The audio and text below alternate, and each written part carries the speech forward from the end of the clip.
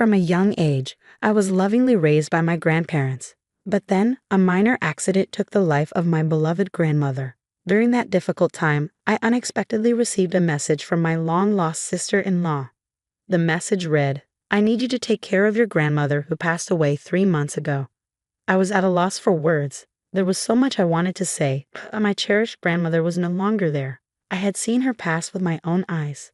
That call became the catalyst for everything that would soon come to light. My name is Linda Thompson, a 45-year-old single woman. The last time a significant man was in my life was during college. After we parted ways, I threw myself into the working world, landing a position in the marketing department of a major cosmetics company. Working overtime and weekends became the norm. Before I knew it, I had missed my chance to get married. Though that wasn't the reason I eventually left my job. 6 years ago, I transitioned into a desk job at a nursing home. The commute was a dream, just a 10-minute bike ride from home, a far cry from the hour and a half I used to spend on crowded trains. I've never moved out of my childhood home.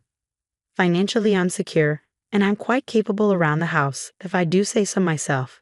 So why stay? The answer is simple. I love my family, especially my dear grandmother. I was born and raised in California. My family consists of my parents, grandparents, and my brother, Brian, who is 5 years older than me. Now 50, Brian and I have a complicated relationship.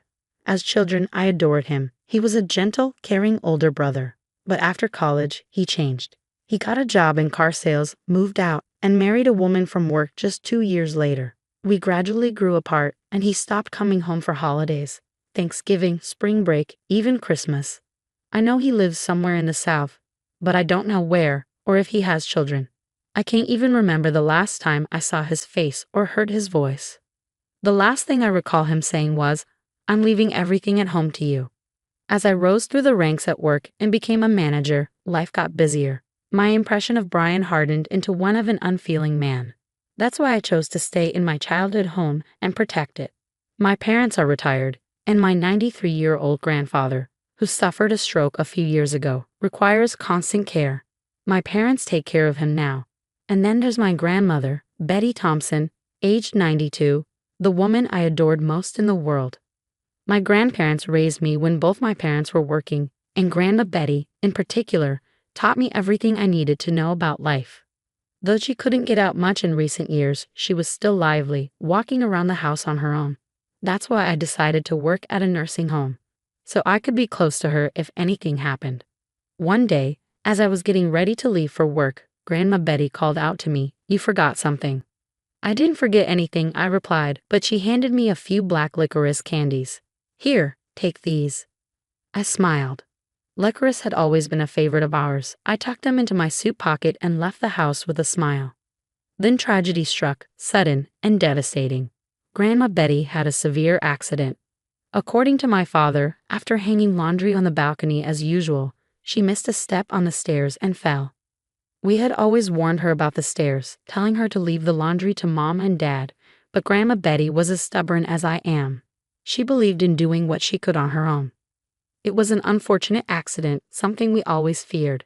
After suffering complex fractures in her femur and pelvis, she never made it home from the hospital. 4 months later, she passed away due to old age. I was heartbroken. I cried until I could cry no more. But I'm an adult now, and as the breadwinner of this household, I don't have the luxury of wallowing in sorrow. I had to handle everything: funeral arrangements, cremation, interment. Grandma Betty was originally from the Midwest, and with no close relatives to contact, we decided in a family meeting to have a small funeral with just close family members. We had to invite my brother and his wife, and I assumed they'd come without hesitation. But I was wrong. I couldn't reach them by phone or WhatsApp. I even sent an email, but there was no reply. As a last resort, I sent a text message, and the reply came on the day of the cremation. "I'm very busy overseas for work. Sorry, but I can't make it. I'll send the money later." I didn't care about the money. When I saw that message, I found myself speaking out loud without meaning to. Could his job really be so important that he couldn't find the time to say goodbye to the grandmother who adored us so much? It was hard to accept. At the funeral, we placed flowers in Grandma's casket, her makeup impeccably done, making her look as if she were peacefully sleeping. We included a photo of Grandpa and her favorite black licorice candy. While doing this, something shifted in my perception of my brother. From that moment, I started to despise him. Since then, the seasons have changed, and it's now winter. For me, it doesn't matter whether it's spring, summer, autumn, or winter. I don't care if it's always winter or always summer. I've even considered quitting my job, but Grandpa is still alive, and my parents will need care at some point too. I still need to earn a lot for that. With these thoughts, I mechanically got through my work, my heart filled with emptiness. Then, during a lunch break on a weekday, I received a call from an unexpected person. If the number hadn't been registered, I wouldn't have answered. My smartphone displayed the name Heather Thompson. She's my brother's wife, making her my sister-in-law. The only time we ever talked was briefly after their wedding. And that's all I remember. Why would she be calling now? I considered ignoring it, but the ringing wouldn't stop. Finally, I sighed and decided to answer. Yes, this is Linda. Sorry to disturb you at work. This is Heather, Brian's wife. It's been a while. Heather started, her tone apologetic. Despite being in a higher position and older than me, she always maintained a humble attitude. When she suddenly decided to marry my brother, she made sure to greet my parents and me, even on behalf of my brother. To put it simply, she's a good person. That's why I couldn't understand why she would contact me now. It's okay. Do you need something? I tried my best not to sound cold as I asked. It's hard for me to bring this up. Heather hesitated before continuing. It's about Betty, your grandmother. What happened to my grandmother? I asked, my voice barely above a whisper. We've been taking care of her on my husband's orders, but it's already been over a month. Could you possibly come to pick her up? What? I couldn't comprehend what Heather was saying. So you're saying you've been taking care of my grandmother Betty, who died 3 months ago? Yes, we've been taking care of Betty at our... Wait, she died 3 months ago? Heather's voice was genuinely surprised. Why don't we calm down a bit? I suggested, and Heather agreed. A few minutes later, after regaining my composure, I carefully explained to Heather how my grandmother had passed away. In contrast, Heather's response was utterly perplexing. She claimed that she and Brian had been told to take care of my grandmother until arrangements were made at her home, and that they had been living together with her. There were only 2 possible conclusions. Either we were both not lying, or my brother Brian was. I had anticipated this to some extent, wondering why anyone would tell such a blatant lie that would be exposed so quickly. But now, there were things I needed to do before confronting him. I wanted to get in touch with Brian right away, but he was basically unreachable. I told Heather, I've never used my husband's cell phone either. He won't let me, she continued. However, I think I could talk to him on my cell phone while he's at home. He's been working remotely more often lately. I think if I ask, he'd probably agree to a video call. There's certainly power in face-to-face persuasion. But there was a problem. I wasn't even sure where they were living anymore. We've been living in Nye City, California, for over 10 years, so it's easy for us to visit your place, Linda, Heather said. We agreed to talk to Brian on Heather's cell phone that night and ended the call. As I hung up, mixed feelings swirled inside me. Nye City was just the next town over, and the idea that Brian expected me to care for some stranger's elderly relative just a few months after Grandma passed away filled me with repugnance. That evening, at the agreed time of 8 p.m., I called Brian using Heather's cell phone. By the way, Heather was also in the room with me at home. Despite my constant attempts to contact him in the past, Brian answered Heather's cell phone after just 3 rings. I made sure Heather could hear the conversation by putting it on speaker. Heather, where are you right now? You haven't even prepared dinner, Brian demanded in an imposing, arrogant tone. He was no longer the brother I knew. It's me, Brian, I declared firmly. Huh? He was clearly confused, and I waited for him to find his words. That's Linda, isn't it? Why, where's Heather? He stammered. I'm here, Heather responded, her tone steady. You? Why are you with Linda? Brian's voice wavered. Did you tell Linda about that matter? He asked, trying to regain control of the conversation. Yes, I did, Heather replied calmly. I told you it was too early to talk about it. Brian's frustration was evident. Ignoring his outburst, I pressed on. Heather mentioned that you've been working remotely lately. Why don't we talk face-to-face using a video call app? I'll send you the ID and password. If you refuse, I'll take Linda and go back home, Heather added, providing backup. Fine, Brian grudgingly agreed, his tone reluctant. I sent the login details using Heather's smartphone, and we waited. When Brian's face finally appeared on the screen, I noticed he looked slightly heavier than the last time I saw him. But it was undoubtedly my brother. So, what's so important that we have to face each other to talk about? I'm busy. Brian tried to play dumb, and it made my blood boil. Isn't it obvious? It's about our grandmother, I said, my voice sharp. What do you mean by saying we should take in our grandmother who died 3 months ago? I asked, my frustration barely contained. To my surprise, Brian replied calmly, you must be misunderstanding something. Our grandmother isn't dead. I'm taking care of her at my place. It was you, Linda, who asked for this, wasn't it? What? I was at a loss for words. Was he really so afraid of Heather finding out the truth? Could my brother really stoop this low? I sent you a text message, I said, my voice trembling with tears. I don't remember, Brian responded flatly. Grandma's here with me right now. Do you want me to bring her here? Yes, I do, I insisted, trying to maintain control of my emotions.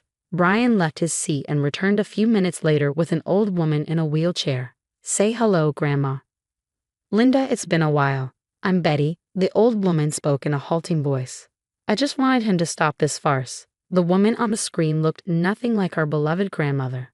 For one thing, my grandmother would never call me Linda. As you age, your appearance changes.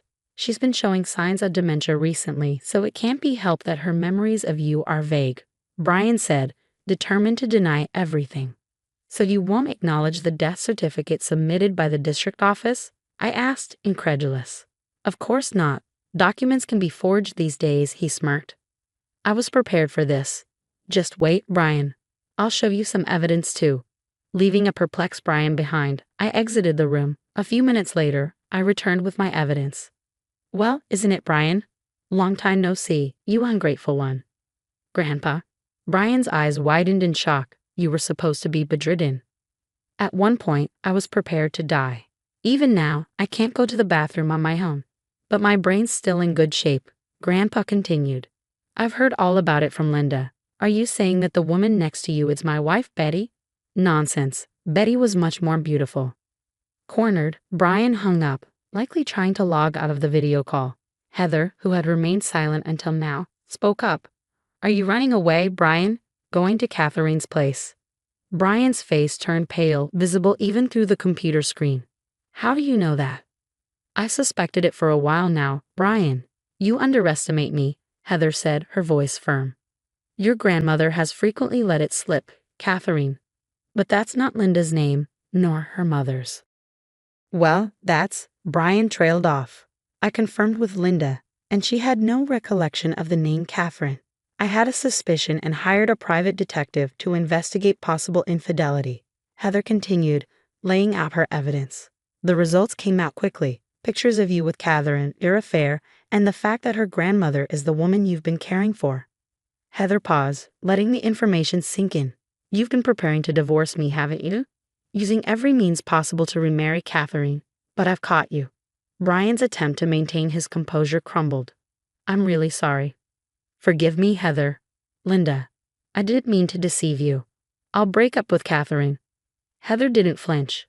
I've already completed the divorce mediation process, Brian. I'm going back to my parents' house. We'll meet in court next. Well then, goodbye, big brother, I said, and with those words, I ended the video call. The seasons have changed, and now, during the autumn equinox, I visited my grandmother's grave alone. Hands clasped together, I silently reported everything that had happened. Brian divorced Heather, and naturally, the outcome was overwhelmingly in Heather's favor. Brian ended up paying an enormous amount of alimony and even came crying back home at one point. However, thanks to Grandpa, who was still mentally sharp, a virtual dissoundment took place. Even his will states that Brian is no longer family. He wished to remarry Catherine. But women in this world are not so eager to marry a divorced man in his 50s with no savings and debt. Brian eventually had to quit his job at the automobile company and is now reportedly living in a cheap one-bedroom apartment, paying alimony while working odd jobs. It's all a case of reaping what you sow. Most of this information about Brian came from Heather, who I've grown close to. We often meet for tea as friends now. Grandmother, I finished everything. I whispered, standing up from the gravestone. A slightly strong breeze blew, and at the same time, I heard a voice I loved so much. Lynn, thank you. Please take care of your grandpa for a little while, the voice said.